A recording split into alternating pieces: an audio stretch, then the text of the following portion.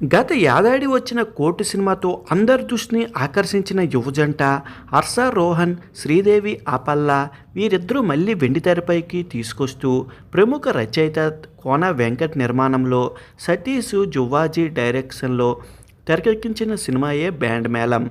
విడుదల ముందు ఈ సినిమాపై భారీ అంచనాలే ఉన్నాయి. హర్ష రోషన్ పల్లెటూరు కుర్రాడుగా అమాయకత్వం మరియు చిలిపితనం కలిగిన పాత్రలో హర్ష రోషన్ మెప్పించాడు. డ్యాన్సులు కూడా బాగానే చేశాడు.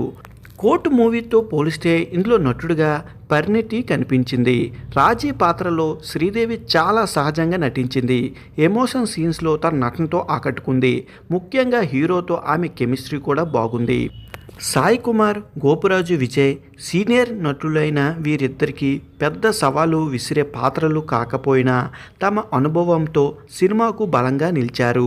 హీరో హీరోయిన్లు పర్ఫార్మెన్స్లు కొత్తవారైనప్పటికీ హర్ష, శ్రీదేవి సినిమాకు భుజాల మీద మోసారనిపించింది. పాటలు సినిమాను కాపాడే విధంగా చెప్పాలి. ఫస్ట్ హాఫ్లో హీరో స్నేహితుడితో వచ్చే కొన్ని సీన్స్ నవ్వులు పుయ్యిస్తాయి. నేటివిటీ చక్కగా ప్రజెంట్ చేశారు. రొటీన్ కథ అయినప్పటికీ 10 నుంచి 15 ఏళ్ల క్రితం వచ్చే సినిమాలాగే ఉండటం పెద్ద మైనస్. కథలో ఎక్కువగా సర్ప్రైజ్లు, ఎలివేషన్స్ లేవు. సెకండ్ హాఫ్ సాగదీసినట్లు అనిపిస్తుంది. ముగింపు ఎంతో ముందే ఊహించవచ్చు. బావ మరదల మధ్య గాఢమైన ప్రేమను ఎస్టాబ్లిష్ చేయడంలో స్క్రీన్ ప్లే విఫలమైంది. క్లైమాక్స్ ట్విస్టులు కూడా ఊహించదగ్గవు కావడంతో ప్రేక్షకులకు పెద్ద కిక్కెవదు. బ్యాండ్ మేళం ఒక సింపుల్ రొమాంటిక్ డ్రామా. పాత చింతకాయ పచ్చడి లాంటి కథను కొత్త నటులతో చెప్పే ప్రయత్నం చేశారు.